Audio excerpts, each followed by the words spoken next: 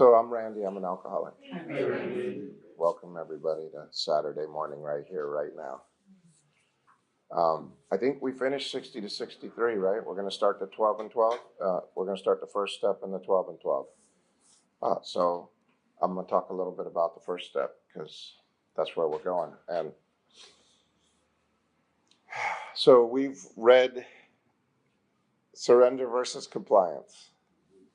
We've read ego factors in the therapeutic process. We've read 60 to 63 and laid a foundation for what is alcoholism. So there are no steps for treating alcohol except for the first half of the first step. That's where it says that I am powered. I admit I'm powerless over alcohol. That's it. The principle in that is that I can never, ever drink alcohol successfully ever again today. But I can never, ever drink successfully again. Now, that is a problem for a person like me because alcohol was my solution to everything my whole life. Alcohol was what I did when I felt bad, when I felt good, when I felt dumb, when I felt smart, when I felt scared, when I felt courageous. Alcohol was the medicine that I took to feel fantastic whenever I needed to feel different than I felt. And it worked perfectly for a long time. I had a lot of fun drinking alcohol. When I hear somebody say my worst day sober is better than my best day drunk, I say, you need to do some more drinking. Because you missed the boat somewhere. I had a lot of fun drinking. I mean, it was fantastic when it was fantastic. And unfortunately, it wasn't fantastic anymore. At the end, my worst day sober is better than my last day drinking, that's for sure. And so that I could co-sign, but that other thing, forget about it. That's ridiculous. That's just so far up from the mark. I think as a newcomer that would be baffling, right? What the hell are these people? These people are retarded. Sorry, that's probably not politically correct, but it's just the way my mind works. Oh, geez. So first half of the first step, I am powerless over alcohol or gambling or sex or eating or shopping or driving like a maniac. I'm powerless over the need for constant excitement and fun. And I'm powerless over the need to constantly be happy. And what I'm really powerless over is accepting this moment exactly the way it is right now. That's what I'm powerless over. I can't accept anything the way it is. My mind, because of alcoholism, I have an unsatisfiable, fault-finding, opinionated mind. That's the disease that's running my life in the moment I'm in all of the time when it's not treated. And so that mind keeps me powerless over enjoying this moment right now, over being relaxed, over having any kind of surrender. And I am powerless to surrender. I was talking with someone this morning. All I have to do is turn this over and I'll be okay. Yeah, but you can't. That statement, just turn it over, is another one of those crazy things. And oh yeah, just turn it over. We say it like, yeah, just go to 7-Eleven, get a Coke. I can do that. But I can't turn anything over. I cannot do it. The harder I try to turn something over, the worse I get. The more miserable I get. The more I hate myself for not being able to turn it over. And so because what's the matter with me is that I lack the power to accept this moment as being exactly the way it's supposed to be right now. So I'm trying to turn it over. I'm not trying to turn it over to God this moment. I'm trying to turn it over, meaning turn this situation over into the situation I want it to be. That's what I'm trying to turn over. I'm trying to turn over this relationship to be the way I want it. I'm trying to turn over this my weight to be the way I want it to be. I'm trying to turn over everything. Turning it over, meaning changing it, not accepting it.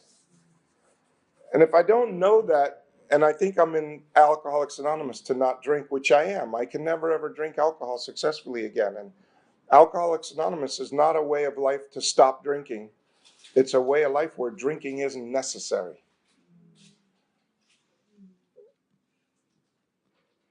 So I'm not going to learn how to not drink here. If you don't want to drink today, you don't take a drink one day at a time. That's it, period. That's the drinking part.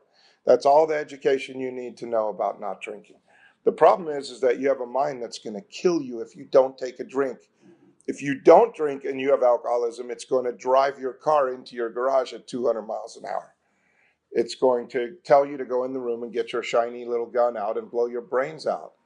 And it's going to tell you that, and people do it all the time. And they kill themselves because their alcoholism told them to kill themselves. And they said, oh, I guess there's no other way. There's no other way to kill this pain. I can't drink, so I'll just kill myself. So drinking isn't the problem, it's the solution. And when the solution is gone, now I have a problem. My problem is being able to accept this moment exactly the way it is right now. And it's always this moment.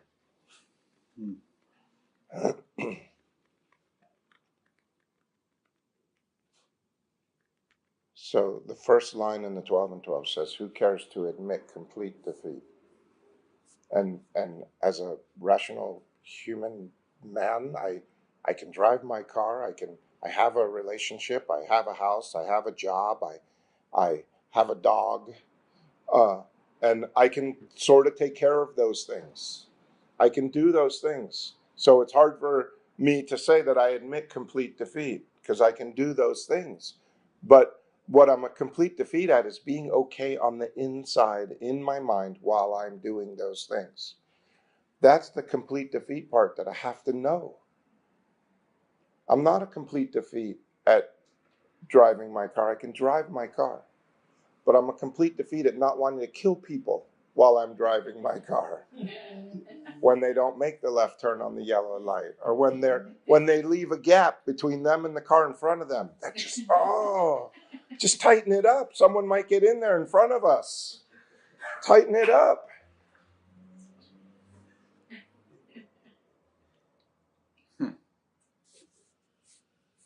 So that's why I can't live drunk or sober and be okay. That's why I'm a complete defeat.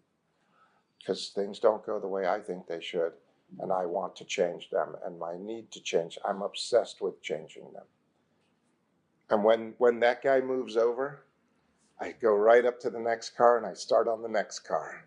And when that car moves over, I go right up to the next car and I start on the next car. Never. I mean, there's a moment of peace. They're out of my lane. And then I'm right on the next guy and it starts all over again because there's something wrong with me. I cannot stand the way things are. Anything.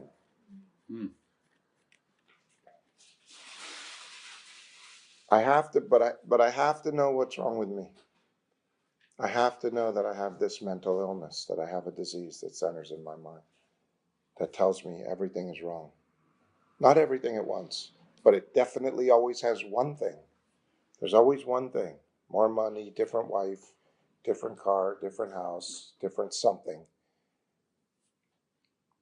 And if only that was okay, then I could be at peace. But as soon as that moves out of the way, I run right up to the next problem and start harping on that. Mm-hmm. That's a way of life.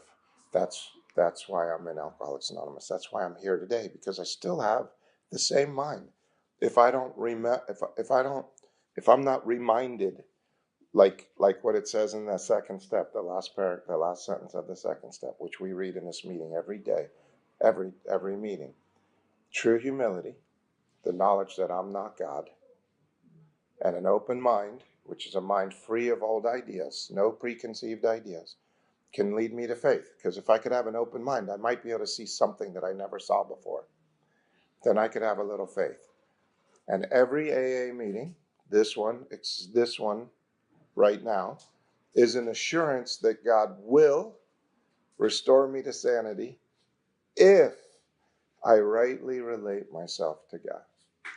So rightly relating myself to God for me is like, oh yeah, I don't need to change. I don't need to change my boss. I don't need to change my leads. I don't need to change my sales numbers. I just need to be okay right now and know that the universe has my back. Now, there might be stuff for me to do. I might need to learn how to close better to help my leads be better leads. There's stuff for me to do in my life to use my brain, but not to change anything outside. It's to change my insides. That's what needs to change. I need to change to accept things the way they are, not things. Things don't need to change so I can accept them because I can't. I lack the power to change. I lack the power to accept my life exactly the way it is right now. I lack the power to be at peace. But God will if I rightly relate myself to Him, which is God. Could you help me? I can't accept this moment the way it is. Could you show me what I need to see? Rather than change it, right? All my prayers were always change it. Change this. God, please change this so I could be okay. How about change me so I could be okay? Right now. Change me right now, not later. I don't need to be okay later. I need to be okay right now. And what's being offered is peace and sanity right here, right now, in this moment. And I'm talking about in this room right now. And actually, I can feel it right now. The room is sane right now. Everybody's here. Everybody's present in this room right now. You can feel it. There's a presence. It's not like a man. There's not a man in this room, but there's a presence in this room, and it's right here, right now. And it's very calming, and it's very peaceful. And it's a power greater than ourselves that's here with us right now, always. But when the door opens and we all go out, there's a lot of distractions from that presence, from this presence. And I'm always trying to get there. Wherever there is no there. Here, this is here. Here is where I need to be. I've always been trying to get there. I'm going to get happy when I get there. No, it's here. The whole program, the whole life, the whole everything I need is right here in this moment. Everything I need to be at peace right now is right here.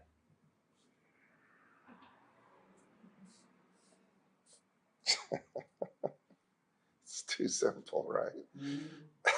Let's complicate it. We'll read a paragraph and talk about it. Let's figure it all out. All right. So we're now going to read a paragraph. And look, it takes us 4.5 years to go through both books. Part of that is because we get off track a lot. If we could stick to what's in the paragraph that we're reading and your experience with that paragraph, or ask a question on that paragraph, we might be able to get through in 2.5 years. Not that we're going anywhere, because there's nothing to get through and there's nowhere to go, so you can share about whatever you want. But the meeting is designed to be, what is your experience with the principles in this paragraph that we're reading? And if you have questions, to ask questions about the paragraph that we're reading. So we're in the 12 and 12. I recommend that you read the first step out of the big book, which is from the doctor's opinion up through we agnostics. Yeah. So you should read that on your own outside of this group. And we're gonna start in the 12 and 12 because it's a little more condensed and makes more sense as a step. Otherwise, it would be 6.5 years. Okay.